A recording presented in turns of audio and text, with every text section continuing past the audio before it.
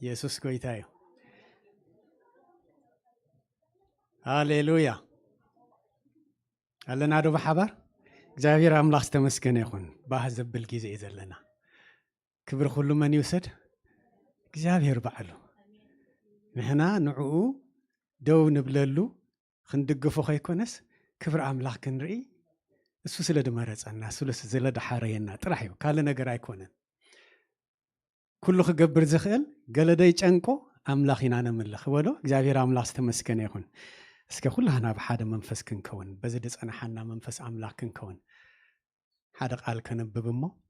ናብቲ ጎይታ ዘዳለወልና ቃል ክንሓልፍ ኢና። እግዚአብሔር አምላክ ዝተመስገነ ይኹን። ኣብ ዮሃንስ ጎይታ ኢየሱስ ክርስቶስ ንሓንቲ ሰበይቲ ከምዚ ኢሉ ተዛሪብዋ ከንብቦ እየ። ኩላህና ንፈልጦ ቃል ስለ ዝኾነ ክብሪ ንኣምላኽ ይኹን። እንታይ ኢልዋ ኣብ ዮሃንስ 4 ፍቕዲ 23-24 ዘሎ ኩላህና ንፈልጦ ቃል ኣምላኽ እዩ። ኣምላኽ መንፈስ እዩ፣ እቶም ዝሰግድሉ ድማ ብመንፈስን ብሓቅን ክሰግድሉ ይግባእ። ኣቦ ከምዚ ዝበሉ ሰገድቲ እዩ ዝደሊ እሞ እቶም ናይ ሓቂ ሰገድቲ ነቦ ብመንፈስን ብሓቅን ዝሰግድሉ ሰዓት ክትመጽእ እያ ምስ በለ ንሳ ድማ መዓስያ ሕጂ እያ ይብለና። ብመንፈስን ብሓቅን ንእግዚአብሔር ክንሰግደሉ ዝተዋህበትና ጊዜ ሕጂ እያ። እግዚአብሔር አምላክ ዝተመስገነ ይኹን። እስከ ኩላህና ርእስና ድንን ኣቢልና በዚ ቃል እዚ ንእግዚአብሔር ብመንፈስ ኮይና ክንጽልይ ኢና። እግዚአብሔር አምላኽ ነመስግነካ ኣለና። ቃልካ ህያው እዩ፣ ቃልካ ጥዑይ እዩ፣ ቃልካ መስለጥ እዩ። ቃልካ እግዚአብሔር አምላኸ ንዓና ደይጠቅም ዝነበርና ባሮትካ ክንከውን፣ መገላግልትካ ክንከውን፣ ኣብ ቤትካ መዓይትካ ክንከውን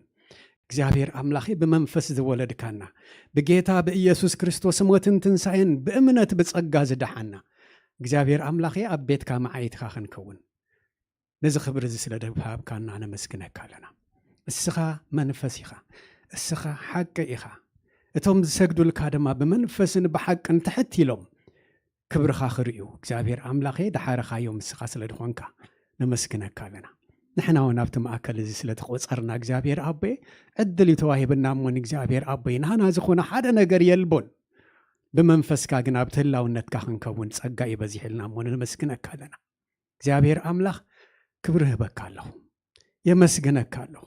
ከምቲ መንፈስ አምላኽ ብኣፈይ ተዛረበ ቃሉ ከዓ ኣብ ልሳነይ ነበረ ዝብል ጽሑፍ ዘሎ እግዚአብሔር አምላኸ በዚ ሰዓት እዚ ድማ ኣነ ደው ኢለ ብዚ ቦታ እዚ ዘለኹ እግዚአብሔር ኣቦ ናተይ ቃል ክዛረብ ናተይ ክብሪ ክዛረብ ደይኮነስ እስኻ ብመንፈስ ብኣፈይ ክትዛረብ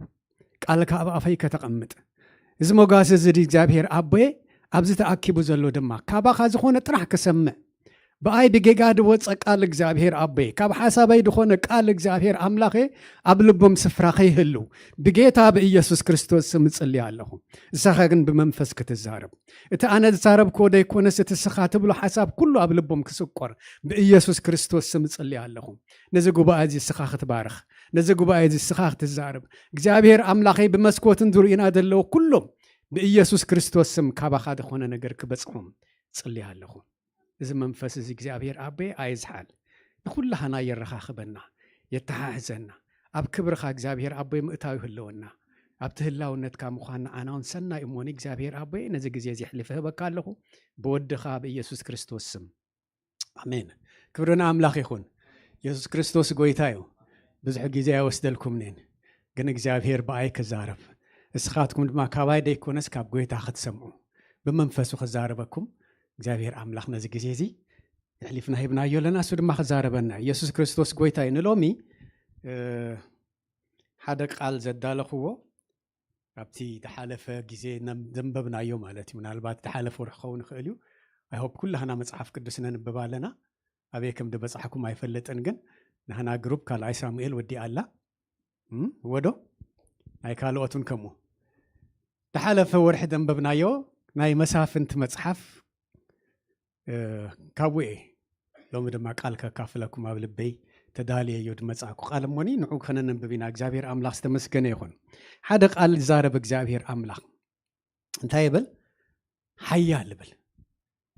ሓያል ይብል። እቲ ሓይልና መን እዩ? እግዚአብሔር አምላኽ በዓሉ እዩ።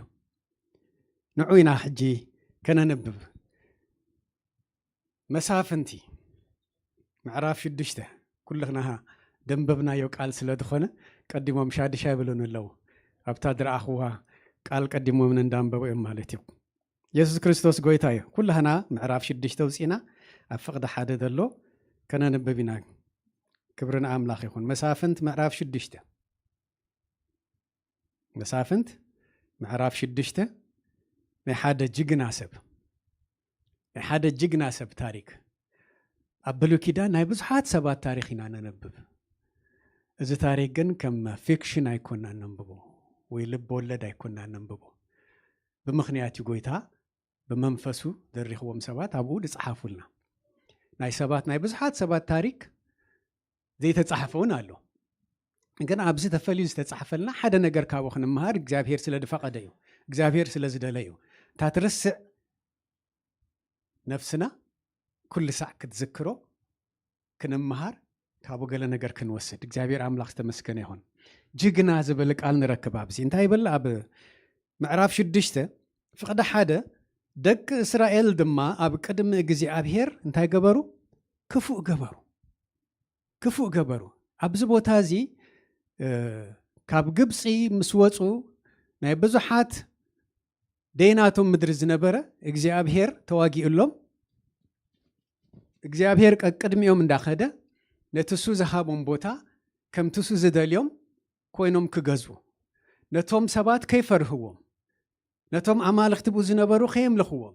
ዝኣዘዞም ትእዛዝ ረሲዖም ዝነበሩሉ እዋን እዩ ኣብዚ እዋን እዚ ደቂ እስራኤል ድማ ኣብ ቅድሚ እግዚአብሔር ክፉእ ገበሩ እግዚአብሔር ከዓ ክንደይ ዓመት ብለና 7 ዓመት ኣብ ኢድ ሚድያውያን ይሕሊፉ ሃቦም 7 ዓመት ቅድሚ ዝነበረ ታሪክ ንግደፎ ኣብዛ እዋን እዚኣ ግን እቲ ምድሪ ናይ ሚድያውያን ዝነበረ ምድሪ እዩ ናይ ካልኦት ሰባት ዝነበረ ምድሪ እዩ ግን እግዚአብሔር ተዋጊኡሎም መሪሕዎም ኣብቲ ቦታ እስራኤላውያን ዝነበሩ እዮም ሚድያውያን ኣብዚ እዋን እዚ ደቂ እስራኤል ንእግዚአብሔር ክፉእ ስለ ዝገበሩ ስለ ደይሰምዕዎ ካብ ትእዛዙ ስለ ድወፁ ስለ ደይተኣዘዝዎ እግዚአብሔር ዕሽሽ ትበለሉ እዋን ይነሩ ንመን ይሕልፍዎም ንኢድ ሚድያውያን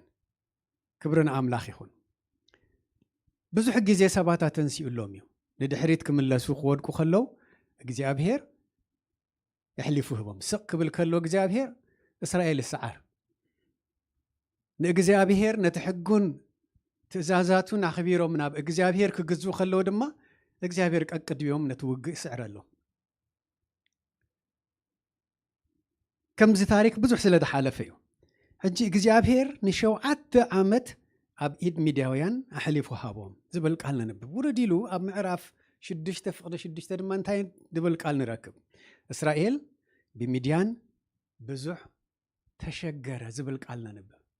ብዙሕ ተሸገረ ክንደይ ዓመት 7 ዓመት እንታይ እዮም ተሸገርዎም ነሮም ዓብሊሎሞም ብዙሓት እዮም ብቁፅሪ ብዙሓት እዮም ካልኣይ ነገር ደቂ እስራኤል ድዘርእዎ ስጋዕ ድበቁል ጽበይሞ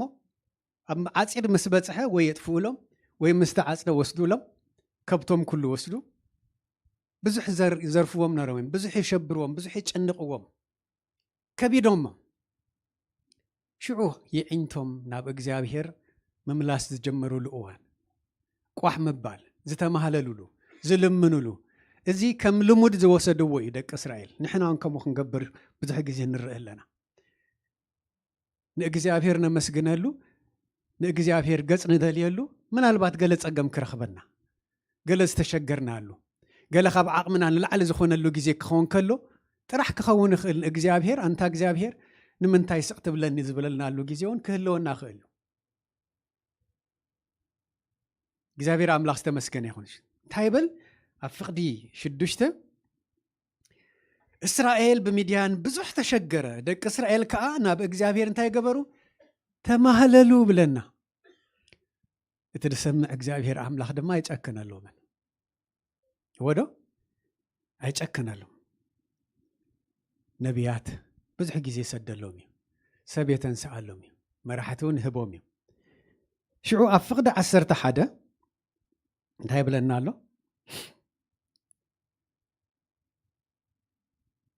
መልአኽ እግዚአብሔር ድማ መጺኡ ቀቅድሚ ኣባ እንታይ ብላሎ ኣባ ተፍቅድ 6 ምሰንበብኩ ተማህለሉ ምስ በለ ምድሪ ጸላእትኩም ሃብኩኩም ብለና እቲ ነቢያት በእግዚአብሔር ሰደደው ነቢያት ምድሪ ጸላእትኩም ሃብኩኩም እቲ ዝነብሩሉ መሬት ናይ መንዩ ናቶም ኣይነበረን ናይ ጸላእቶም ምድሪ ይነሩ ንኣማልኽቶም ድማ ኣይትፍርህዎም ትእዛዝ እዩ ንኣማልኽቶም ኣይትፍርህዎም እዚ ምስ በልኩም ንስኻትኩም ግን ዕሽሻልኩም እቲ ቃለይ ዕሽሽ ኢልኩሞ ኣይሰማዕኩምን ቃለይ ኣይሓለኹምን ነቶም ሚድያውያን ትጸልእዎም ዝነበርኩም ጸላእትኩም ኣሕሊፈ ምስ ሃብኩኹም ኣይትፍርህዎም ዝበልኩኹም ቃል ኣይሓለኹምን ንዓቶም ምፍራህ ጀሚርኩም ነቶም ኣማልኽቶም ኣይትገዝእዎም ኣይተምልኹ ዝበልኩኹም ኣማልኽቲ ኣብ ቤትኩም ኣቑምኩሞ ተምልኽዎም ጀሚርኩም እዩ ዝብሎም ዘሎ በዚ እዋን እምበኣር መልኣኽ መጺኡ ንጌድዮን ዝተራኸቦ መልኣኽ መጺኡ ንጌድዮን ዝተራኸበ ኣብ ቁጽሪ 11 መልኣኽ እግዚአብሔር ድማ መጺኡ ኣብ ትሕቲ እታ ናይ ዮአስ አቢዔዜራዊ ዮአስ ማለት ኣቡኡ ንጌድዮን ማለት እዩ ኣብ ኦፍራ ዘላ ድዋ ተቐመጠ ወዱ ጌድዮን ካብ ሚድያውያን ክሓብእ ስርናይ ኣብ መጽሞቒ ወይኒ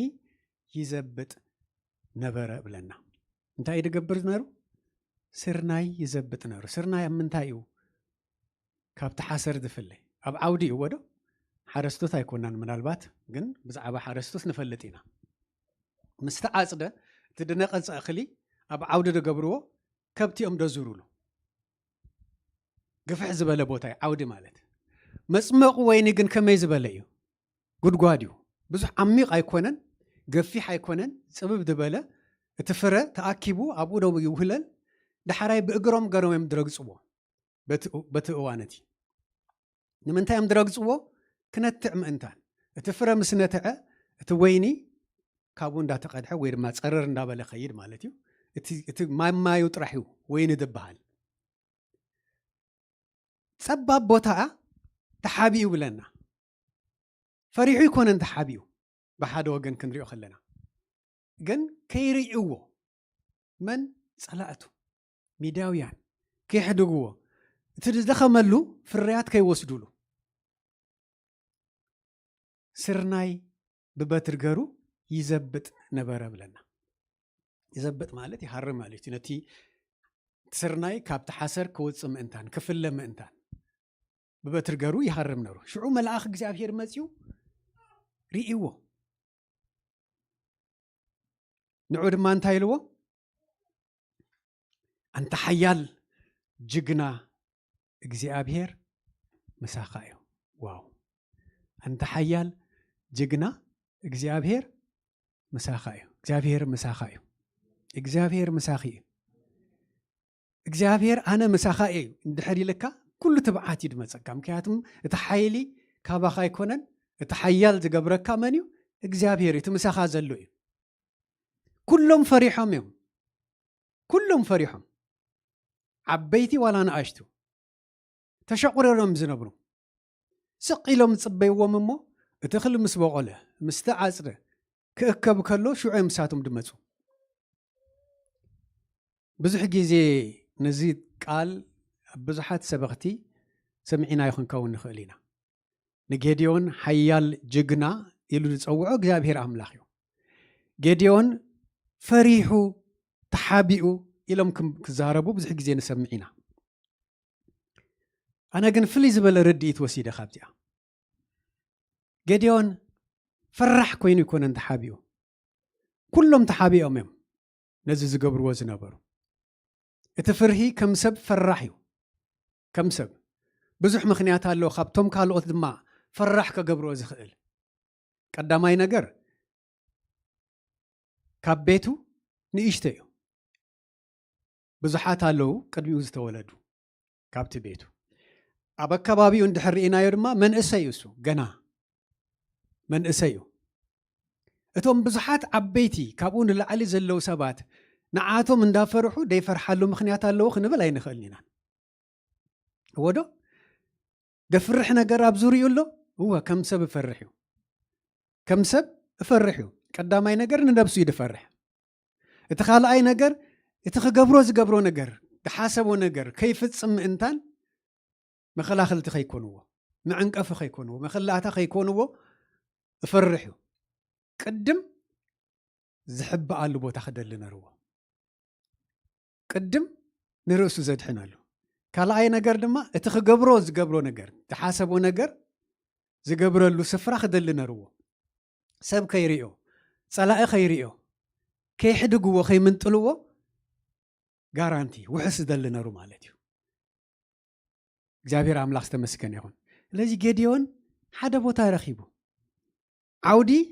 ከም ደይከውን ፈሊጥዎ ኣሎ ብዙሕ ግዜ ብዓይኑ ሪእዎ ኣሎ ካልኦት ክገብሩ ከለው እንዳተመንጠሉ ኣብቲ ዓውዲ ነቲ ተዓጺዱ ዝነበረ ስርናይ ክፈልይ ኣይከኣለን ወይ ክዘብጥ ኣይከኣለን ወይ ከኺድ ኣይከኣለን እፈልጦ ኣይፈተነውን እታ ድረኸባ ቦታ ልምጽቲ ቦታ ኣይነይቲያ እታ ወይኒ ድጽሞቐላ ስፍራ ቀዳማይ ነገር ጉድጋድ እዩ ሕብእ ዝበለ ቦታ እዩ ካልኣይ ነገር እቲ ስፍራ ዋላ ሒደት እኳ እኽሊ ድሕዚ ዝኸውን እምበር ጸባብያ ልምጽቲ እያ ሓመድ ካብኡ ምስቲ ስርናይ ኣይሕወስን እዩ ምስቲ እኽሊ ኣይሕወስን እዩ ስለዚ ንዕኡ ምችእቲ ቦታ ጽብቕቲ ቦታ ኮይኑ ዝረኸባ እታ መጽሞቒ ወይኒ ከም ዝኾነት ስለ ድፈለጠ እግዚአብሔር አምላክ ተመስገን ይሁን ኣብኣ ተሸቆሪሩ ተሓቢኡ ስርሑ እንዳገበረ ከሉ እምበር መልአክ ተጓኒፍዎ አታጅግና ብሎ አታጅግና እግዚአብሔር መሳኻ እዩ እቲ ድምፂ ልሰምዕ ደሎ ምናልባት ኣይረኣዮ ንኸውን ነቲ መልአክ ኣብዚ ፍቅደ እዚ እንድሕር አንቢብናዮ ኣብ ቁፅሪ 11 ኣታ ሓያል ጅግና እግዚአብሔር መሳኻ እዩ ክብሎ ከሎ ኣብ ርእሱ ድመጽእ ነገር እንታይ እዩ እግዚአብሔር መሳይ ተድኸውን ዳ ድብል ሕቶ ይድመጽእ ወዶ ንምንታይ ደፈርሕ ታሪክ ናይ ካልኦት ፈልጥ እዩ እሰምዕ እዩ ኣብ ፍቅደ 15 እንታይ ኢሉ ምልሰሉ ኣየ ጎይታይ እንሆ ዓሌተይ ካብ መን ይብል ካብ ምናሴ እቲ ድኻ ካብ ቤት ኣቦይ ድማ እቲ ዝነኣስኩ ንእሽቶይ ካብቶም ዘለው ይሕዋቱ እዩ ንርእሱ ዘወዳድራ ዘሎ ካብ ቤት ኣቦተይ ንእሽቶ ንእስራኤል ዳ ብኸመይ ገሪኤ ከዝሕና ድኽእል ንእስራኤል እዚ ኩሉ ህዝቢ እስራኤል ፈሪሑ ንሚድያውያን ተሸቆሪሩ ዘሎ እቲ ሳቶም ዝብሎ እንዳሰምዐ እንዳተገዘ ባርያ ኮይኑ ዝነብር ዘሎ ከመይ ገረዳ ኣሉ ቀዳማይ ነገር ኣነ ሓይሊ የብለይን ኩናት ኣይክእልኔን ንእሽተኤ ድኻኤ ብዙሕ ንብረት የብለይን ብዙሕ ድማ ሰዓብቱን የብለይን ዝብል ርድኢት ምክንያቱም እቲ እሱ ንርእሱ ከመይ ገሩ እዩ ድርያ ከመይ ገሩ እዩ ዝገልጻ ድብል ጥራሕ እዩ ከስተንትን ንርእዮ እግዚአብሔር አምላክ ዝተመስገነ ይሁን ናይ እግዚአብሔር ስራሕ ግን ፍሉይ እዩ ወዶ ፍሉይ እዩ ነቲ ድኻ ተደልዩ ሃብታም ገብሮ ነቲ ድኹም ኣበርቲዑ ጅግና ይብሎ ነቲ ዝወደቐ ኣተንሲኡ ሓያል ብሎ ምክንያቱም እግዚአብሔር ነቲ ቃሉ ይድርኢ ነቲ ሓሳቡ ይድርኢ ነቲ ኣብ ልቡ ዘሎ ሓሳብ ከመይ ገሩ ከም ድፍጽም ስለ ድፈልጥ ሰብ ግን ነቲ ናቱ ይድርኢ ወዶ እግዚአብሔር አምላክ ዝተመስገነ ይሁን ኣሰራርሑ ናይ እግዚአብሔር ፍሉይ እዩ ካብ ኣሕዋቱ እቲ ዝነኣሰ ዝነበረ ኣጽዋር ዘይብሉ ክዋጋእ ዘይክእል ልምዲ ዘይብሉ ሰብ ጅግና ኢልዎ ኢየሱስ ክርስቶስ ጎይታ እዩ ምክንያቱም ካብቲ ዘለዎ እቲ ዘይብሉ ነገር በዝሕ ኣነ እዚ ኣለኒ ኢሉ ብድድ ክብሉን ደይክእል ሓንቲ ኩናት ምናልባት ደይብሉን ክኸውን ይኽእል እቲ ረፍዶ ብዙሕ ኣጽዋር ብዙሕ ሰራዊት እግዚአብሔር አምላክ ካበለ ግን ይኸውን እዩ ወዶ እግዚአብሔር ይኽእል እዩ እግዚአብሔር ይኽእል እዩ ይሕዋተት ከባቢና እዩ ኣይትኽእልን ዝብለካ እቲ ብዙርያኻ ዘሎ ጸልማት እዩ ኣይትኽእልን ዝብለካ እቲ ዘኽእል እግዚአብሔር እዩ ኣነ ምሳኻ እንድሕር ኢልካ እቲ ዝዋጋእ እስኻ ከይኮንካስ እግዚአብሔር እዩ ዝዋጋእ ኣልካ اتزخل እግዚአብሔር እምበረ ይስኻይ ኮንካን በአኻ ግን ይኽእለካ ደይብልካ ሞገስ ሂቡ ክብር አምላኽ በአኻ ክግለጽ ዝገብር እግዚአብሔር እዩ ስለዚ እግዚአብሔር ኮነ እንድሕሪሉ ክኸውን እዩ እትድኽእል እግዚአብሔር ስለ ደኾነ ስለዚ ነዚ ወላ ሓንቲ ደይብሉ ድኻ ካብ ቤቱ ንእሽተይ ዝነበረ ኣፅዋር ዘይብሉ ጅግና ኢሉ ፀዊዑ ኣጀጊንዎ ክብርን አምላኽ ይኹን ኢየሱስ ክርስቶስ ጎይታ እዩ ኢየሱስ ክርስቶስ ጎይታ እዩ ሃሌሉያ መግለጽ ክብሩ ገርዎ እንታይ ይብል ከምቲ ብበትር ገሩ ነቲ ስርናይ እንዳዘበጠ ብሓንቲ በትር ገር እዩ ዘብጥ ነቲ ስርናይ ወዶ እንታይ ይብልዎ ንሚድያውያኑን ከም ሓደ ሰብኣይ ክትወቕዖም ኢኻ ብሎ ሚድያውያን ብዙሓት እዮም ልዕል ኢልና ኣብቲ ደንበብናዮ ቃል ኩሉ ንበብክዎን ኣነ ቁፅሪ ሚድያውያን ብዙሕ እዩ ዝብሎም ብዙሕ ክብል ከሎ ኣይተፈቅዱን ዓብሊሎም ነቶም እስራኤላውያን ዝነበሩ ንዓቶም እንታይ ይብል ኣሎ እግዚአብሔር አምላኽ ከም ሓደ ሰብኣይ ነቲ ስርናይ ከምቲ በትር ገርካ ትዘብጦ ዝነበርካ ከም ሓደ ሰብኣይ ንሚድያውያን ክትወቕዖም ኢኻ ንእስራኤል ድማ ሓራኸ ተውፅእ ኢኻ አንተ ሓያል ጅግና ምክንያቱም ኣነ መሳኻ እየ እዩ ዝብሎ ዘሎ እግዚአብሔር አምላኽ ዝተመስገነ ይኹን ስለዚ ትብዓት ረኺቡ ዶ የስ ትብዓት ረኺቡ ግን ከም ሰብ ድማ ምጥርጣር ኣሎ እቲ ሓይሊ አምላኽ ብርግጽ ኣብኡ ሰርሕ ምዃኑን ደይ ምዃኑን ከረጋግጽ ከይኮነስ እግዚአብሔር ባዕሉ ዱ ተዛሪብኒ ወይስ ዝድሰምዖ ዘለኹ ድምፂ ካብ ካልእ ይመጽዩ እቲ ሓሳብ ልበይ ድዩ ዝነገረኒ ደሎ ድምፂ ናተይ ደ ድሰምዕ ዘለኹ ወይስ ድምፂ ጸላኢ ድመጽእ ደሎ ወይስ ድምፂ እግዚአብሔር ብሓቂ ጥበብ አምላኽ ዝመልኦ እየ ድብሎ ንጌድዮን ኣነ ምክንያቱም ድመፀ ድምፂ ኩሉ ምናልባት ካብ እግዚአብሔር ክኸውን ይኽእል ከይከውን ይኽእል እዩ ጌጋ የብሉን እግዚአብሔር ድማ ነቲ ድምፂ ከነረጋግጽ ስለዚ ጌድዮን እንታይ ገሩ መሰዊኢ ገረ ንእግዚአብሔር ክሳብ ድስው ኢሉ ምልክት ይዝደል ደሎ ምልክት ይዝደል ደሎ ወዶ ብርግጽ ዝድምፂ እዚ ናይ እግዚአብሔር ምዃኑ ክፈልጥሲ መሰዊኢ ክሳብ ትገብር ጽንሓ ንብል መሰዊኢ ገሩ ሓሪዱ መሰዊኢ ገሩ እግዚአብሔር ድማ ነቲ መሰዊኢ ተቀቢልዎ ክብርና አምላኽ ይኹን እምነቱ ወሲኹ ኢየሱስ ክርስቶስ ጎይታ እዩ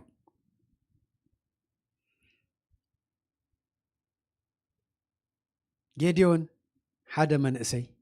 እግዚአብሔር ኣነ መሳኻ እየ ስለ ዝበሎ ናይ እግዚአብሔር ድምፂ ናቱ ምዃኑ ድማ ስለ ደረጋገጸ እቲ ጅግንነት ኣብኡ ተፈሊጥዎ ናይ እግዚአብሔር ኢድ ምስ ከም ደላ ተፈሊጥዎ ክብርና አምላኽ ይኹን ድምፂ ክንሰምዕ ንኽእል ኢና ብዙሕ ግዜ ኣብ ጸሎት ኣብ መዝሙር ዋላ እንዳኸድና ከለና ወይ ደቂስና ግን ድምፂ አምላኽ ጥራሕ ኣይኮነን ክንሰምዖ ንኽእል ስጋ ባዕላውን ተቐበለና ድምፂ ኣሎ ፍርሒ ክትበና ትኽእል እያ ካብ ዓለም ዝኾነ ፍርሒ ካብ ጸላ ዝኾነ ፍርሒ እውን ክኸውን ይኽእል እዩ ድምፂ ክኸውን ይኽእል እዩ ክትጠፊኻ ዝብለካ እንድሕር ኮይኑ አምላኽ ክትጠፋእ ይደልየካኒ ሓደ ሰብ ክጠፍእ እኳ ናይ እግዚአብሔር ሓሳብ ኣይኮነን ምናልባት ሕጊ ተፈጥሮ ኮይኑ ካብዚ ምድሪ እዚ ንግዕዘሉ ግዜ ክበፅሕ ይኽእል እዩ ንዑ ይኮንኩን ዝብል ዘለኹ ግን ብደይ ሓሳብ አምላኽ ሓደ ሰብ ክትጠፍእ ኢኻ ትብል ናይ እግዚአብሔር መልአኽ መፂኡስ ኣይነግረካን ጌጋ እንድሕር ተደይልካ ወይ ክመልሰካ ተደይደልዩ ስለዚ ድመፀ ድምፂ ናይ እግዚአብሔር ኢልና ይኮናን ክንቅበሎ ግን ክንፈልጦ ከነረጋግጾ ካብ እግዚአብሔር ከም ድኾነስ ከነረጋግጽ ጌጋ ይኮነን ክብለኩም ጥራሕ ይደልየ ብዙሕ ግዜ ነረጋግጸሉ መገዲ ድማ ከም ቃል አምላኽ ድዩ ዝሰማዓክዎ ድምፂ ኢልና ክንሓትት ግድን እዩ ምክንያቱም እግዚአብሔር ብሓደ ምስክር ዝህበና ትድሰማዕናዮ ድምፂ ምስ ቃል አምላኽ ድጋጮ ድዩ ኣይጋጮን እዩ ዝብል ምዃኑ ከነረጋግጽ ናህና ሓላፍነት እዩ እቲ ካልኣይ ጸሎት እዩ ክንጽሊ ከለና መረጋገጽ ምልክት ህበና መረጋገጽ ምልክት ይህበና ግድን አይኮነን ግን እግዚአብሔር ናቱ መገደልዎ እቲ መገዲ በዚህ ድገልጸልካ ኢለ ክዛረብ አይደልንን ግን እግዚአብሔር ምላሽ ይበና እቲ ድበሎ ድምፂ ናቱ ምዃኑ መረጋገፂ ብርግጽ እንድሕር ሓቲትና ለምኑ ክወሃበኩም ይትብለና ሕተቱ ክትረኽቡ ኢኹም እሱ ቀረባና እዩ ምሳና እዩ ዘሎ ከም ኣቦን ወድን ትብዓት ሃሊና ምስ እግዚአብሔር ክንዛረብ ንኽእለሉ ሓደ መገዲ ጸሎት እዩ ስለዚ ኩሉ ሰዕ መንፈስ ኣምላኽ ክንደሊ ብመንፈስ ኮይና ንእግዚአብሔር ክንጸምኦ ከለና እቲ ድሰማዕናዮ ድምፂ ብርግጽ ናይ እግዚአብሔር ምዃኑን ደይ ምዃኑን ከረጋግጸልና ክእል እዩ እቲ ካልእ መገዲ ኣነ ምሳኹም ኣለኹ ዝበለና ቃል ብመንፈስ እዩ እግዚአብሔር ምሳና ከም ዘሎ ጎይታ ኢየሱስ ክርስቶስን ክኸይድ ከለውን ደቀ መዛሙርቱ ዝበሎም እንታይ እዩ ኣነ ክኸይድ ይሕሸኩም ኣነ ምስከድኩ እንታይ ክሰደልኩም ኢልዎም ያ መንፈስ ቅዱስ ክሰደልኩም እቲ ዝነገርኩኹም ዝመሃርኩኹም ኩሉ ዘዘክረኩም ወዶ ዘዘክረኩም ስለዚ ቃል ኣምላኽ ከነንብብ ከለና ሓደ ነገር ክንገልጸልና ክእል እዩ ክንጽሊ ከለና እግዚአብሔር ክነግረና ክእል እዩ ራይዳ ወይ ክኸውን ክእል ብቃለ ምክንያቱን ክገልጸልና ክእል እዩ እቲ ሳለሳይ ግን ብርግጽ መንፈስ ኣምላኽ ምሳና ኣሎ እቲ መንፈስ ደረጋግጸልና ነገር ኣሎ ንሕልላና ሕርኽርኽ ዘይብል ነገር እንድሕር ኮይኑ ወይ ሰላም ዝህበና መንፈስ ቅዱስ ባዕሉ ሰላም ዝህበና እንድሕር ኮይኑ ካብኡ ንሰምዖ ካብኡ ንረኽቦ መረጋገፂ ሓደ መረጋገፂ እዩ ብዙሕ መረጋገፂ ክህበና ክእል እግዚአብሔር ኣምላኽ ግን ጌዲዮን እዚ ምልክት እዚ ንእግዚአብሔር ሓቲትዎ እቲ ምልክት ድማ እግዚአብሔር ሂብዎ ኣበርቲዕዎ ጀግና ገርዎ ሓደ ነገር ግን ክንረሲዕ ይብልናል እቲ ንገብሮ ነገር ዘበለ ኩሉ ንክብሪ ኣምላኽ ክኸውን ንክብሪ ኣምላኽ ክኸውን ንረብሓና ክኸውን ክህበና ክእል እዩ ሓደ ዕዮ ሓደ ስራሕ ሓደ ክብሪ ጅግና ክብለና ክእል እዩ ግን እቲ ጅግንነት ናተይ እዩ ከይኮነስ እግዚአብሔር ብኣይ ገሩ ሰሪሑ እቲ ጅግንነት ዝሃበኒ እግዚአብሔር ስለ ዝኾነ እግዚአብሔር ክብሩ ሁሉ ጠቕሊሉ ይውሰድ ክንብል ከምቶም ሐዋርያት ዝብልዎ ዝነበሩ ጳውሎስ ንርእሱ ዝኩሉ ክብሪ ከለዎ ከም ንእሽተይ እዩ ድቆፅራ እዚ ኩሉ ነገር ገሩ ፍርቂ ናይ ሓድስ ኪዳን ጽሑፍ ኩሉ ጽሒፍልና ገለ ከም ደይገበረ ንርእሱ ድቆፅራ ገለ ከም ደይገበረ ንምንታይ እቲ ክገብር ዘኽኣሎ መን እዩ ባዕሉ እግዚአብሔር ኣምላኽ ከም ዝኾነ ባዕሉ እግዚአብሔር ኣምላኽ ከም ዝኾነ እቲ ክብሩ ክውሰዶ ዘይደሊ እግዚአብሔር ኣምላኽ ባዕሉን በቃሉ ረጋጊጽልና እዩ ኣነ ቀናእ ኣምላኽ ኣነ ቀናእ ኣምላኽ ክብረይ ድማ ንማንም እሕሊፋ ይህብነኒ ዝብለና ኣብ ብዙሕ ቦታ ነዚ ቃል እዚ ብዝተፈላለየ መገዲ ተገሊጹ ክንረኽቦ ንኽእል ኢና ክብሪ ኣምላኽ ማንም ክወስድ ናይ እግዚአብሔር ፈቃድ ኣይኮነን ክብሪ ኣምላኽ ስለዚ ኩሉ ግዜ ዝገበርና ነገር እንተገበርና ክብሪ ንኣምላኽ ክንህብ ይግባአና ኢየሱስ ክርስቶስ ጎይታ እዩ ዝገበርና እንተገበርና እቲ ዝገበርናዮ ዘበለ ኩሉ ካባና ከም ደይኮነ ግን እግዚአብሔር ምሳና ስለ ዘሎ እግዚአብሔር ምሳና ስለ ዘሎ ኢና ነቲ ስራሕ መዓይቱ ኮይና መዓይቲ ጎይታ ኮይና መገላገልቱ ደኣ ኮይና እቲ ክብሪ ኣምላኽ ክንርኢ ዕድል ረኺብና ሞገስ ረኺብና እምበረይ እቲ ስራሕ ናይ እግዚአብሔር እዩ እቲ ዓወት ንዓና እዩ ወዶ እቲ ስራሕ ናይ መን እዩ ናይ እግዚአብሔር እዩ እቲ ናቱ ዓወት እዩ ተዓዊትና ክንብል ዝብለና ዘሎ ዝገብረና ዘሎ እግዚአብሔር ምሳኺ እዩ እግዚአብሔር ምሳኻ እዩ እዚ ጥራሕ ብደይ ምጥርጣር እግዚአብሔር ምሳይ እንተሃልዩ እቲ ዓወት ግድን እዩ ወዶ እቲ ዓወት ግድን እዩ ሐዋርያው ጳውሎስ ኣብ ሓደ ቦታ ክጽሕፍ ከሎ እንታይ ይብል ኣብ ቆሮንጦስ እቲ ብጎይታና ኢየሱስ ክርስቶስ ገይሩ ዓወት ዝህበና ኣምላኽ ስብሓት ይኹኖ እቲ ስብሓት ንመን እዩ ንእግዚአብሔር እዩ እቲ ስብሓት ንመን እዩ ንእግዚአብሔር እቲ ክብሪ ንመን እዩ ንእግዚአብሔር እዩ ክንዝምር ከለናውን ነዚ ክንጽሊ ከለናውን እቲ ናይ እግዚአብሔር መንፈስ እዩ ንዓና ብርቱዓት ንዓና ጀግና ንዓና እዚ እንዳበለ ኣብቲ ቦታ ስምና ክስምየም ስምና ክጽዋዕ ዝገበረና ናይ እግዚአብሔር መንፈስ እዩ ምሳና ስለ ዘሎ እምበረይ ካባና ዝኾነ ዋላ ሓደ ነገር የልቦን ወዶ ክብርና አምላኽ ይሁን ብመንፈስ ምስ እግዚአብሔር ክንራኸብ ዝገበረናውን እቲ አባና ዝሓደረ መንፈስ ቅዱስ እዩ እምበር ብሓይልና ዝገብሮ ነገር ወላ ሓደ ነገር የልቦን እግዚአብሔር አምላኽ ዝተመስገነ ይሁን እቲ ዕዮ ናይ እግዚአብሔር እዩ ንሕና ድማ መዓይቱ ክንከውን ሞገስ ረኺብና ውሉድ ክንበሃል እኮ ናህና ዕዮ ወላ ሓንቲ ኮንትሪቢዩት ዝገብሮ ነገር የለን ብምንታይ ኢና ድሒና ኩላና ንፈልጦ ኢና ብእምነት እዩ ጸጋ የድሒንና ጸጋ ማለት ኢየሱስ ክርስቶስ እዩ ኩላና ንፈልጦ ኢና እቲ ኣብ መስቀል ዝተፈጸመ ናይ ጎይታ ስራሕ ሞትን ትንሳኤን ብደይ ምጥርጣር ኣሚንና ኣነ ሓጢአተኛ እየ ብናሃካ ሞትን ትንሳኤን ኣሚነ ትብልታ ቃል ሳያ ድሒናህና እዛ እምነት ንጠራጠረላ እንድሕር ኮይና ብርግጽ ኣይደሓናን ማለት ኢየሱስ ክርስቶስ ጎይታ እዩ ኢሳይያስ ነዚ ቃል ከረጋግጸና ከሎ ኣነ እግዚአብሔር የብለና ኣነ እግዚአብሔር እየ ስመይ እዚኣ እያ ክብረይ ንማንም ምስልታት ንማንም ጽሩብ ምስልታት ንማንም ኣማልኽቲ ኣሕሊፈ ኣይህብነ እዩ ዝብለና ንምንታይ እግዚአብሔር እዩ ማንም ናይ እግዚአብሔር ክብሪ ክወስድ ወይም ክወዳደር ኣይፍቅድን ኢየሱስ ክርስቶስ ጎይታ እዩ ስለዚ ጌዲዮን ነዚ ምልክት ምስ ረአየ እንታይ ገሩ እምነቱ ኣጠንኪሩ ውሽጡ ንጎይታ ኣሚኑ እግዚአብሔር ምሳኻ ኣለኹ እንድሕር ኢልንስ እወ እግዚአብሔር ምሳይ ኣሎ ምልክት ኣርኢኒ እዩ ኣሚን ኣለኹ ኢሉ ተበጊሱ ናይ ጌዲዮን ምብጋስ ብምንታይ ኣትጅመር ትእዛዝ ኣምላኽ ብምፍጻም ይወዶ እግዚአብሔር ዕዮ ሂቦ ሽዑ ቀሊል ኣይኮነን እግዚአብሔር እነኹ ክንብሎ ከለና እትድህበና ዕዮ ምናልባት ንርእስና ከቢድ ክኸውን ይኽእል እዩ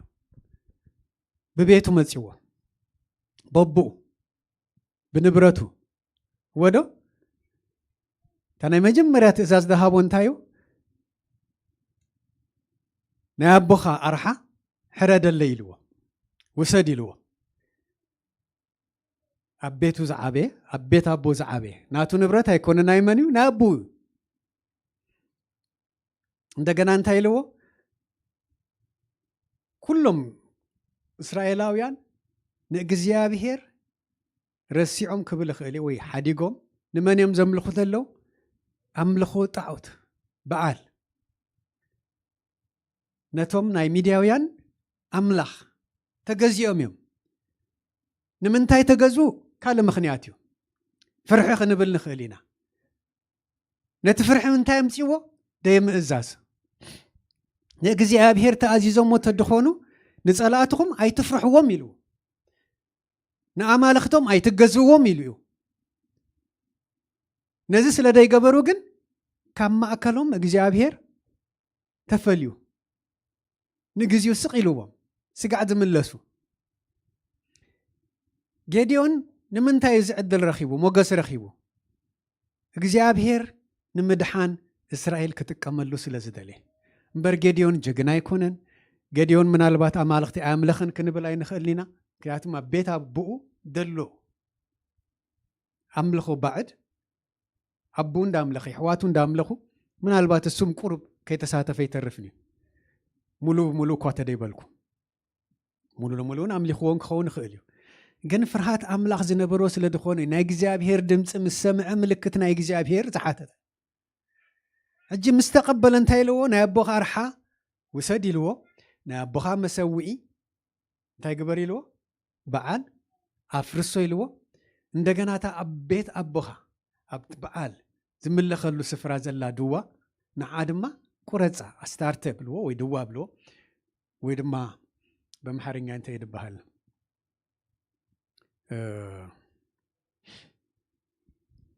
ተቃልጠፊኣትኒ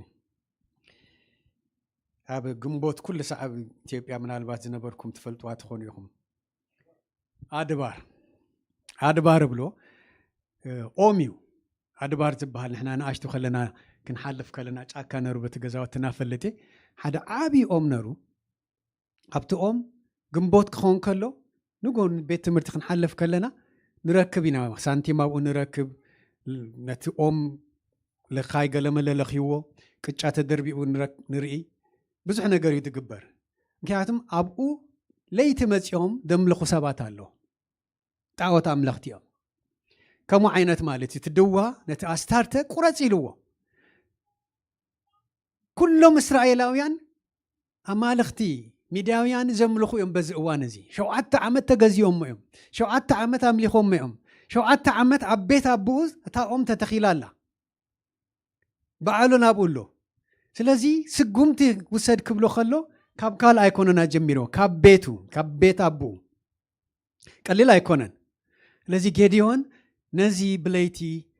ቆሪፅዎ ነቲ ኣስታር ተቆሪፅዎ ንበዓል ኣፍሪስዎ ነቲ ኣርሓ ሓሪድዎ እግዚአብሔር ግበር ዝበለው ነገር ኩሉ እንታይ ገይሩ ሽዑ እንታይ መፅኡ ውግእ ኩሎም ተላዒሎም ብዙሓት ሰባት መርሚሮም መን እዩ እዚ ክገብር ዝኽእል ኢሎም ምስ ፈለጥዎ ንጌዲዮን ሓሊፍካ ሃበና እዚ ኩሉ ዝገበረ መን እዩ ጌዲዮን እዩ ሞኒ ክመውት ኣለዎ ክቀተል ኣለዎ ኢሎም ናብ ኣቦኡ መፅኦም ኢየሱስ ክርስቶስ ጎይታ እዩ እግዚአብሔር ግን ቀድሙ ይሓሊፉ ወዶ ኣብ ፍቅዲ 31 ባህ ዝብል ምላሽ ክንረክብ ንኽእል ኢና ባህ ዝብል ምላሽ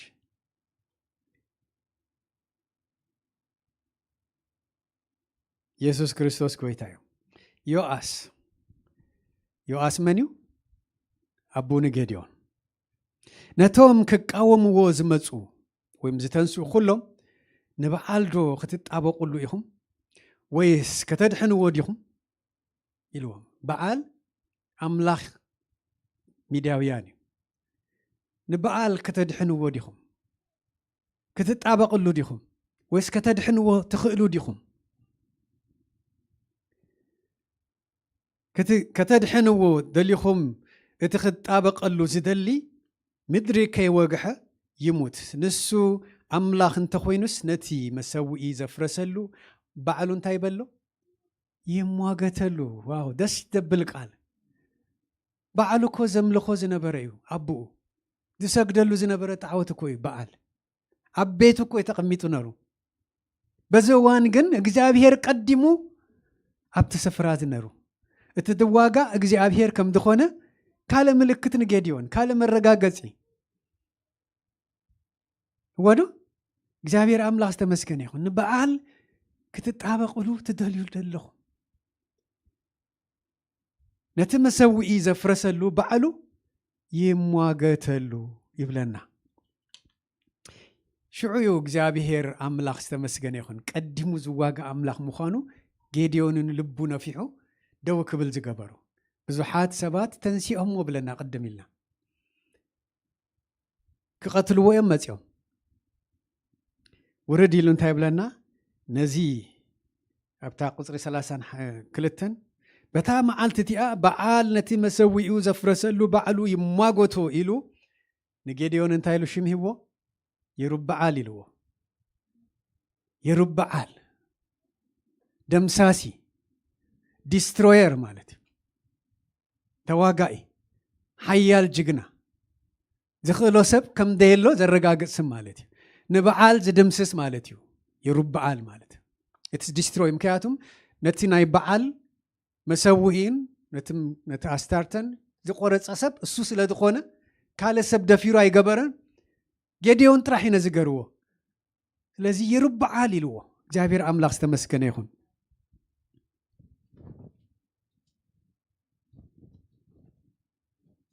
ቀዲሙ ሓሊፉ እግዚአብሔር ኣምላኽ ሽዑቶም አንጻሩ ተንሲኦም ዝነበሩ ሰባት እዮም ምስ ጌዲዮን ተሰሊፎም ድማ ዳሕራይ ስለዚ ጌዲዮን ተሲኡ ክዋጋ ደው ምስ በለ ክንደይ ሰብ እዮም ምስ ጌዲዮን ሓቢሮም እቲ ቁፅሪ ምናልባት እንድሕር ደሚርኩሞ 32,000 እዮም ዝኾኑ 32,000 ተዋጋእቲ ደው ኢሎም ምስ ሚድያውያን ክዋግኡ ንሚድያውያን ከጥፍኡ ቃል ጌዲዮን ካብ ቃል ኣምላኽ ምዃኑ ኣሚኖም ተሰሪፎም بددي لهم مسو دوي لهم مكياتهم نستارت كتابق له زخيل ولا حدا سبيلون كما أكلهم እግዚአብሔር ባዕሉ ከም ደፍረሶ ተረዲኦም ምክንያቱም ጌዲዮን እግዚአብሔር መሳኻኤ ስለ ዝበሎ ኢየሱስ ክርስቶስ ጎይታ እዩ 32,000 ኣብ መሳፍንት ከም ዝድብል ቃል ኣሎ እስራኤል ኢደይ ኣድሓነትኒ ኢሉ ከይዕበየለይ ይብል ኣብ ቁጥሪ 7 ኣደላ እስራኤል ኢደይ ኣድሓነትኒ ኢሉ ከይዕበየለይ እዚ ቁጥሪ እዚ በዚሑ ኢልዎ ንጌዲዮን ኢሎም ክተሲኦም ክዋግኡ ምስ ጀመሩ ማለት እዩ ብድድ ምስ በሉ ኢድ እግዚአብሔር ደኣምበረ ኢድቶም 32,000 ኣይኮነን ንሚዳውያን ክወቅዕ ናይ እግዚአብሔር ሓሳብ እምነት ኣብ ካልኦቱን ክትከል ስለ ዝደለየ እግዚአብሔር ኣምላኽ እቶም 32,000 በዚሖም ቁጥሮም ኣጉዱል ኢልዎ እምበር ኣብዚ ውግእ እዚ ክትሳተፉ ትፈርሑ ዘለኹም ንቤትኩም ተመለሱ ኢልዎ ኣይንዋጋእን ትብሉ ክንደይ ተመሊሶም ሽዑ 22,000 ድኾኑ ካብቶም 32 ንድሕሪት ተመሊሶም ይብለና ንድሕሪት ተመሊሶም ምናልባት እዞም 22,000 ንጌዲዮን ከጥፍእዎ ብድድ ኢሎም ዝነበሩ ሰባት ንበዓል ፈሪሖም እዮም ነሮም መጀመርያ ዳሕራይ ግን ሓደ እኳ ዝጣበቐሉ ሰብ ምስኣኑ ንበዓል እዮም ምስ ጌዲዮን ክስለፉ ወሲኖም ዝነበሩ እምበር ንሚድያውያን ክስዕርዎም ክገጥምዎም ከም ዝኽእሉ ኣብ ልቦም እምነት ኣይነበረን ስለዚ ንድሕሪት ቀልጢፎም ተመሊሶም እግዚአብሔር ድማ እንደገና ንጌዲዮን እንታይ ኢልዎ ሕጂውን በዚሑ 10,000 በዚሑ ብ10,000 ሰራዊት ንሚድያውያን ኣጥፊእናዮም ኢሎም ከይዕበዩ ሕጂውን ኣጉዱል ኢልዎ ኣጉዱሎም ኢሎ ካብኣቶም ክንደይ ጎዲሎም 9,700 እንደገና ጎዲሎም ፈተና ሂብዎም ኣብቲ ፈተና ደይሓለፉ ማለት እዩ እቶም ከም ከልቢ ድንን ኢሎም ድሰተዩ ንድሕሪት ተመሊሶም እቶም ብኢዶም ጨንጉዖም ማይ ድሰተዩ ግን 300 ድኾኑ ሰባት እዚኣቶም ይኣኽሉ ኻይልዎ ክብርን ኣምላኽ ይኹን እቲ ውግእ ናይ እግዚአብሔር እዩ ዓወት ድማ ደይተርፍ እዩ 300 ሰብ ሒዙ ንሚዳውያን ገጢምዎም ክብርን ኣምላኽ ይኹን ክብርን ኣምላኽ ይኹን ኣብ ምሳሌ ከምዚ ትብል ኣሎ ሰብ ከይዕበ ምእንታን እግዚአብሔር ኩሉ ሰዓት ድሕሎ ኣምላኽ እዩ ገጽና ናብ እግዚአብሔር ክንምልስ ከለና ትሕት ክንብል ከለና እቲ ድዕበየና እቲ ክብሪ ዝህበና እግዚአብሔር ኣምላኽ ምዃኑ ክንእመን እንድሕር ደሊና እግዚአብሔር ድማ ብርግጽ ገብሮ እዩ ስለዚ ንሰብ ትዕቢት ተውድቆ ብለና እስራኤል ከይዕበ ከይወድቕ ደሓሊ ኣምላኽ እዩ ዘለዎ ክብርን ኣምላኽ ይኹን ኣነ ንስኻትኩምን ከይንዕበ ዝሕልወና ናይ እግዚአብሔር መንፈስ እዩ እቲ ውሽጥና ኮይኑ ሕረኽረኽ ዘብል ነገር ክንገብር ከለና ዝወቕሰና መንፈስ ቅዱስ እዩ ሓደ ስፅን ኢልና ንስማዕ እዩ ብመንፈስ ንድለዩ እዚ እንድሕር ጌርና ከይንወድቕ ዝሕልወና ናይ እግዚአብሔር መንፈስ ምሳና ኣሎ እዚ ጥራሕ ንእመን ትዕቢት ይውድቕ እዩ ንሰብ የዋርዶ በመንፈስ ትሑት ዝኾነ ግና ታይረክብ ክብረት ይረክብ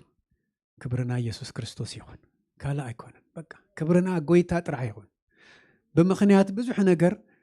ክንገብር ንኽእል ኢና ልዕሊ እቲ ምኽንያት ዝኾነ ግን ኢየሱስ ክርስቶስ ኣሎ ከሳገረና ዝኽእል ከኽበረና ዝኽእል ኢየሱስ ክርስቶስ እዩ ትሕት ጥራሕ ንበል ኣዳም ዝወደቐሉ ኣይንረስዕ ንእግዚአብሔር ደይምእዛዙ እዩ ንእግዚአብሔር ደይተኣዘዘሉ ምኽንያት ክሕተት ከሎ ንሄዋን እዩ ኣጋጊያትኒ ኢሉ ሄዋን ተሓተተት ድማ ተተመን ኢላ ተመን ዋላ እግዚአብሔር ተዳሓቶ ሰይጣን ምበለ ግን ኩሉ ዘይሩ ሲ ክብርን ኣምላኽ ይኹን ንመን ኢና ክንጥምት ዘለና ንጎይታ ደይምእዛዝ ሓጢኣት ምዃኑ እንድሕር ፈሊጥና እሱ ኣኽለና ክንእዘዘካ ግን ትብዓት ሃበኒ ሓይሊ ሃበኒ እስኻ ውሽጠይ ስለ ዘለኻ እቲ ሕርኽርኽ ዘብለካ ነገር ከይገብር ምእንታን ሓልወኒ እቲ ትብዓት ድህብ መን እዩ በዓሉ ኢየሱስ ክርስቶስ ክኸውን እዩ ጎይታ እሙን እዩ እግዚአብሔር አምላኽ ኣነ ቀና ኣምላኽ ይብል ካበይ ከም ድመፃና ንዘክር እዚ እንድሕር ኩሉ ሰዕ ንነብስና ነዘክራ እንድሕር ኮይና ክብርና ኢየሱስ ምዃኑ ክንእመን ኢና ሳላ ፍቅሩን ምሕረቱን ብህይወት ዘንብረና ዘሎ እግዚአብሔር ኢየሱስ ክርስቶስ ኣብ ሓደ ቦታ ድማ እንታይ ይብል ኣብ ዮሐንስ 11 ሃሌሉያ ከም ዝብል ቃል ኣሎ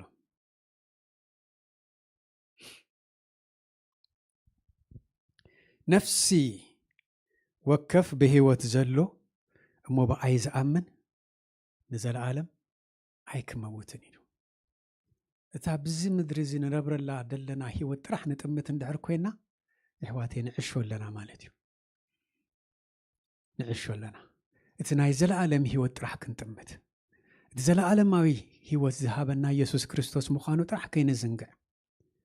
ካልእ ተረፍዩ ኣብዚ ምድሪ እዚ ዘድልየና ዘበለ ንሕናት እንደልዮ ከይኮነስ እቲ ዘድልየና ዘበለ ዝህበና እግዚአብሔር ኣምላኽ ምዃኑ ጥራሕ ክንእመን ስጋ ሓመድ እያ ከምቲ ቃል ኣምላኽ ዝብለና ሓመድ ስለ ድኾነት ኩላህና ክንፈልጥ ኢና ኣብዚ ሓመድ እዚ እያ ተመሊሳ ተኣቱ እቲ ነፍስና ድፀረት ስጋ ብዙሕ ድልየት ኣለዋ ድልየታ ግን ካብዚ ምድሪ እዚ ኣይሓልፍኒ ካብ ምድሪ ደይሓልፍ ድልየት እዩ ዘለዋ ከምዚ ደቂስካ ኣብ ኢድካ ቆልዑ ዓሚካ ድቃስ ክወስደካ ከሎ ፍኹስ ድብል ሓንቲ መዓልቲ ነፍስና ብሪ ኢላ ክትተከይድ እያ ክትጠፍእ ብህይወት ከለና ግን እቲ ዘለዓለማዊ ህይወት ዝሃበና ኢየሱስ ክርስቶስ ንዑ ጥራሕ ንድለዮ እቲ ብህይወት ዘንብረና ጎይታናን መድሓኒናን ዝኾነ ኢየሱስ ክርስቶስ ጥራሕ ክብርና ኣምላኽ ይኹን እቲ ካልኣይቲ ክንፈልጡ ዘለና ከም ፈቃድ ኣምላኽ ደኣ ይኹን እምበር ዝገበርና እንተገበርና ካባና ከም ደይኮነ ክንእመን እቲ ብኣና ገሩ ክንገብር ሓይሊ ዝኾነና ዘኽእለና ጎይታ ኢየሱስ ክርስቶስ ስለ ዝኾነ ከይተጠራጠርና ብእምነት ክብርና ኣምላኽ ንሃብ ክብርና ኣምላኽ ይኹን መንእሰይ ከለና ጎይና ደይ ንፀግብ ከለና ብጉያ ድቅድመኒ ሰብ የለን ክንብል ንኽእል ኢና እቲ ክንጎይ ሓይሊ ዝሃበና ግን እግዚአብሔር ኣምላኽ ምዃኑ ተደይኣሚና እቲ ግዜ እንዳነፈረ እዩ ዝኸይድ እርጋን ከርክበና እዩ ኣብ ግዜ ጉብዝና ኸኢኻ ንእግዚአብሔር ክትሓስብ ዘለካ ናይ እግዚአብሔር መንፈስ ኣብ ውሽጢኻ ከይመውት ክትሕልዎ ዘለካ ብመንፈስ ንእግዚአብሔር ህይወት ዝሃበካ ኢየሱስ ክርስቶስ ከም ዝኾነ ክትእመን ዘለካ እምበር መንፈስና ተመሊሱ ናብቲ ዋንኡ ትኸደሉ ጊዜ መዓስ ከም ዝኾነ ማንም ኣይፈልጥን ከም ሰራቂ ክመጽእ ይብለና አንቶይ ክትዝመር ከላ ማራናታ ኢልና ኩሉ ሰዕ ንጸምኦ ተስፋና እሱ እዩ ኢየሱስ ንዓ ንብሎ ኣለና ኢየሱስ ክመጸና ንዝምር ኣለና ንጽልይ ኣለና ማራናታ እንዳበልና ግን ሕጂ ተድመጽእ ድልዋት ዲና ብርግጽ ስጋናን ነፍስናን ድልዋት ኣይኮናን መንፈስና ጥራሕ ድልው ይኹን ይሕዋቴ ሎሚ ብርቱዕ ዝኾነ ጅግና ጎዩ ደይጸግብ ጽባሕ ነጎንታ ከም ድገጥሞ ይንፈልጥን ሓደጋ ኣብ ቅድሚና ኣሎ ሞት ኩሉ ሰዓብ ኣብ ኢድና ድሓዝና እያ እዛ ሞት እዚኣ ኣብ ኢድና ከም ደላ እንድሕር ፈሊጥና ብስጋ ክንፍልያ ከም ድኾና መንፈስና ጥራሕ ክንዕሪ ነፍስና ክትድሕን ንኢየሱስ ክርስቶስ ኩሉ ሰዕ ብእምነት ኣብ ቤቱ ንጽናዕ ኢየሱስ ክርስቶስ ጎይታ እዩ ታሳለሰይቲ ክብላ ዝደሊ ዓወትና ሳላ ጎይታ እዩ ናተይ ከይኮነስ ዓወት ናይ ጎይታ እዩ ወዶ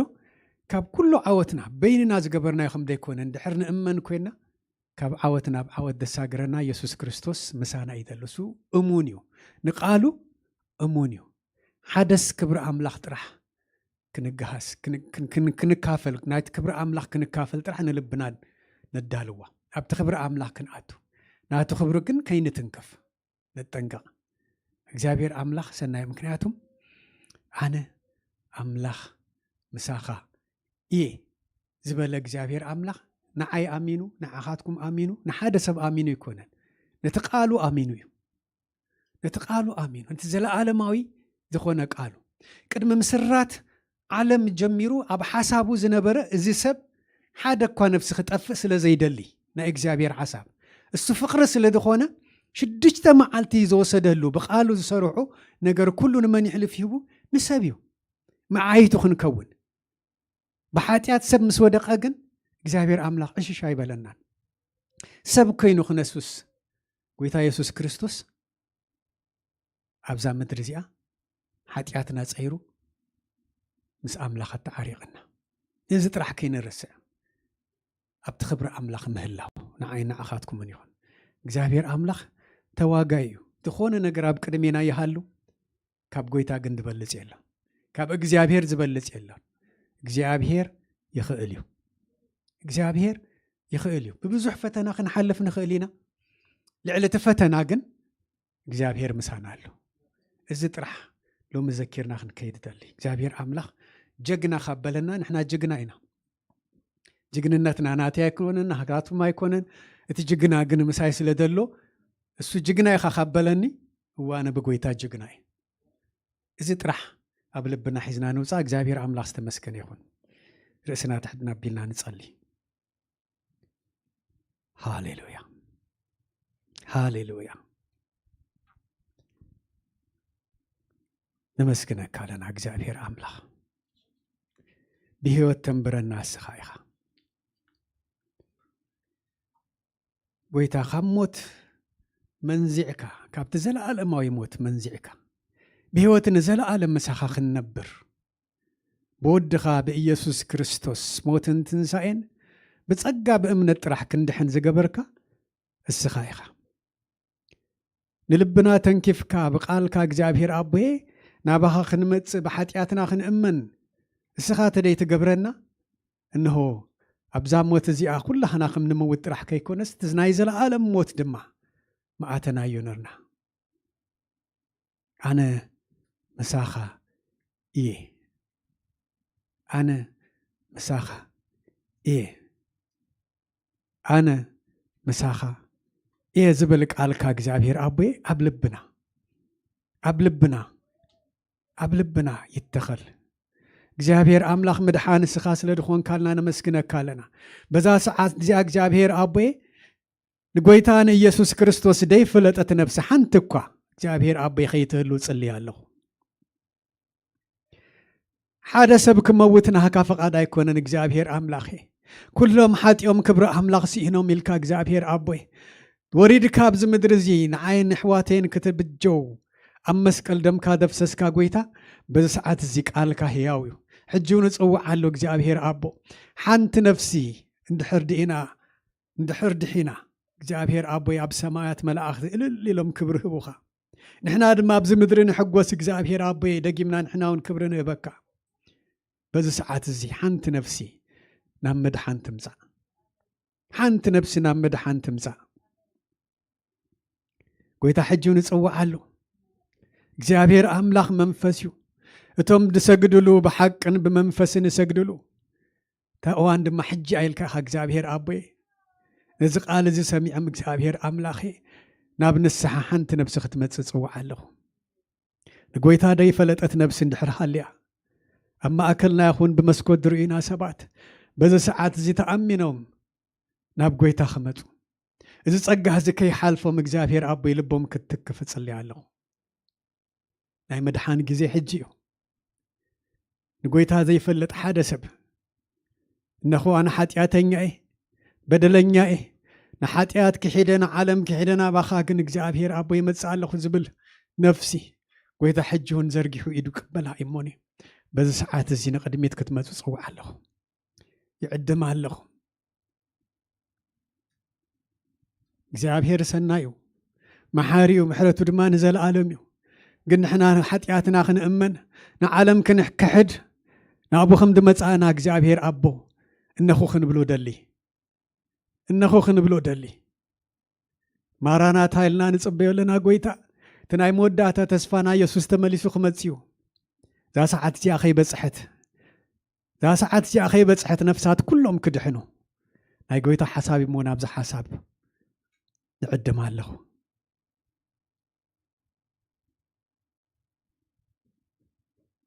ታንክ ዩ ጂሰስ ተመስገን ኢየሱስ ክብርን ህበካለና ኢየሱስ ስለዚ ተበጀኻና ዋጋ ከፊልካ ስለዝድሓንካና ኣብ ቤትካ መገላገልቲ ክንከውን ስለደመረፅካና ስለዝሓረኻና ወእግዚአብሔር አምላክ ክብር ምስጋና ንዓኻ ይኹን ክብሪ ይጉደልካ ጎይታ በአና ክበር በደቅኻ ክበር እግዚአብሔር አምላኼ ነመስግነካ ለና በመንፈስካ ስለተዛረብካና በመንፈስካ ስለዝደገፍካና ስለዝተንከፍካና ነመስግነካ ለና ክብሪ ሁሉ ንዓኻ ይኹን እግዚአብሔር አቦይ ቃልካ ህያው እግዚአብሔር አቦይ ነመስግነካ ክብሪ ንህበካ ለና እግዚአብሔር አምላክ ይባርክኩም ንበረኸት ኩኑ ኣብ ቤቱ ክሳብ ዛ ምድሪ እዚኣ ገዲፍኩም ኣትኸዱ ተተኺልኩም ንበሩ ንዘለዓለም ምስ ኢየሱስ ንረብረሉ ጊዜ ቀረባ እዩ ማራናታ እንዳበልና ንጽልይ ኣለና ጎይታ ስጋዕ ድምለስ ኣብ ቤቱ ተተኺልኩም ንእግዚአብሔር ከተገልግሉ ካለ ምኽንያት ከይፈጠርኩም ግን እግዚአብሔር አምላክ ኣብ ክብርሁ ክእትወኩም ኣብ ትህላውነቱ ክእትወኩም ኣብ መዓልቲ ጸጋ ይብዛሓልኩም መንፈስ ቅዱስ ይብዛሓልኩም ቅብኣት መንፈስ ቅዱስ ይወሰኸኩም ኣገልገልቱ ክትኮኑ እግዚአብሔር ዝመረፀኩም ንክብሩ እሞኒ ኣብቲ ክብሪ አምላክ እተው እግዚአብሔር አምላክ ይባረክኩም ንበረኸት ኩኑ ወዲና ኣለና ክብርና አምላክ ይኹን